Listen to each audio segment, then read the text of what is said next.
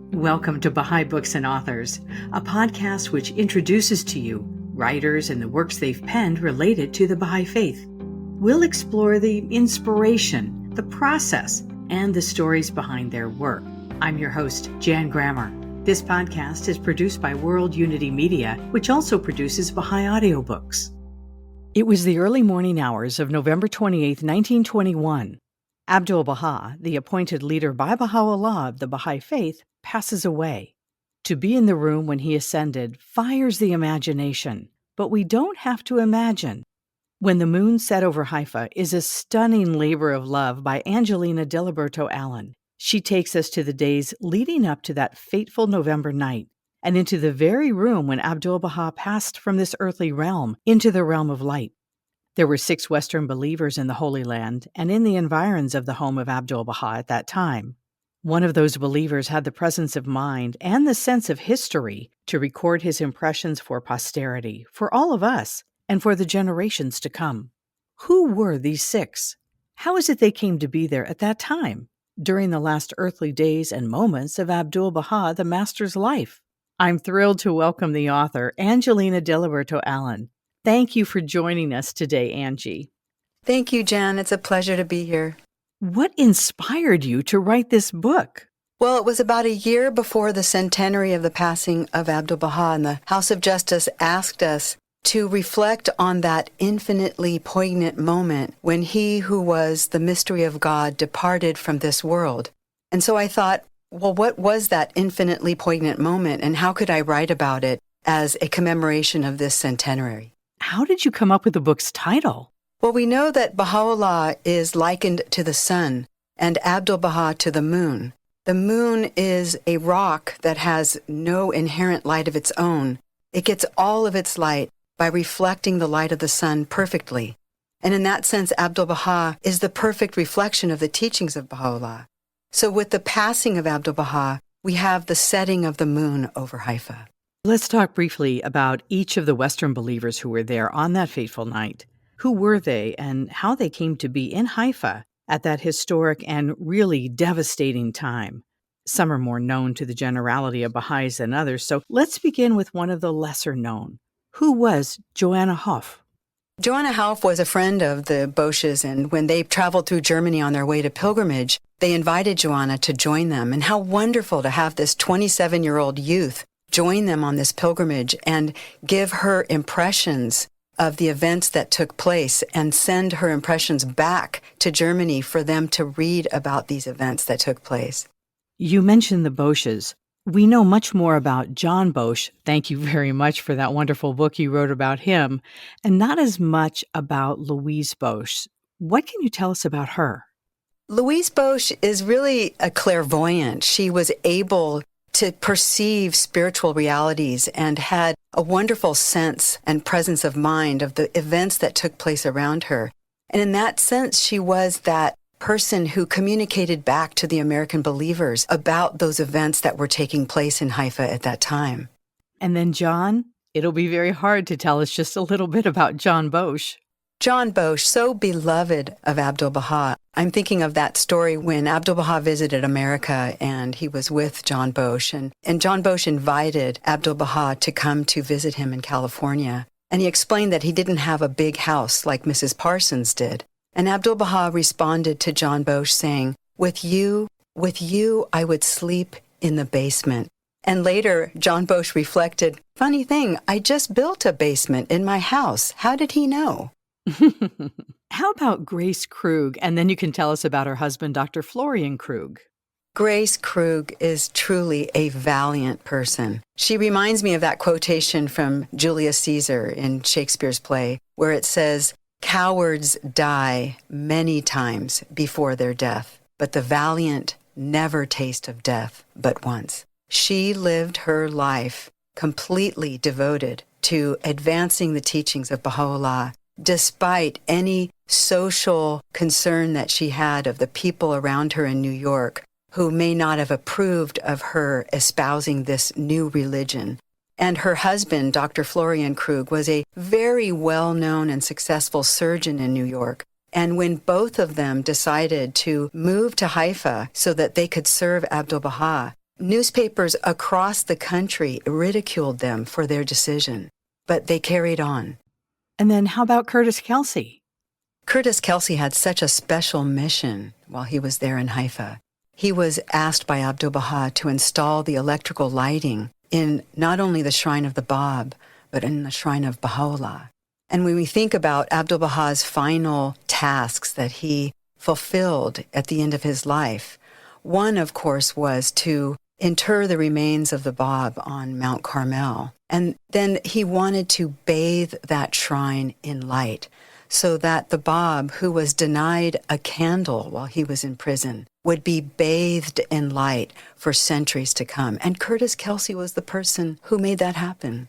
It's so amazing to go to Haifa and see the shrine of the Báb and then the shrine of Bahá'u'lláh illumined, bathed in the light. Thank you, Curtis Kelsey. Do you have any thoughts as to why these particular 6 people were there at this historic time? Marcia Gale is one of the great literary writers of the Bahá'í Faith, and she suggested that each of those 6 Western believers were there with a purpose. We know that many people asked to come on pilgrimage at that time, and those 6 Western believers were the only Western believers granted permission to come on pilgrimage at that time. So each of them had a purpose. For example, Dr. Florian Krug administered to the bedside of Abdu'l-Bahá and was able to pronounce his death by natural causes so that any accusations of foul play on behalf of the Holy Family by the enemies of the faith could not take place because you had an outsider who was a medical doctor pronouncing his death by natural causes. The most important and moving moment, of course, is when Abdu'l-Bahá ascends. Tell us about that. Well, I can read from a passage of John Bosch's account of that event that took place that night. He says, "After midnight, we were awakened in the pilgrim house by a few loud knocks given in rapid succession, and we wondered what had happened. My watch pointed to 1:20 o'clock. My wife said, 'Something must have happened to Abdu'l-Bahá. Let us hurry and find out what this unusual call is.' In a few minutes, we were running to the house of Abdu'l-Bahá, where we found that it was only too true that our master had just passed away. Doctors were leaving the house, and we entered the room finding all of the family of Abdu'l-Bahá there, Abdu'l-Bahá resting in bed as though he were still alive.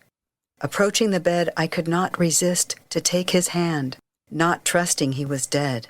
It was warm and lifelike. Then I touched his forehead and hoped that he still might utter a word, but it was only too true that our master had passed away. His spirit had departed.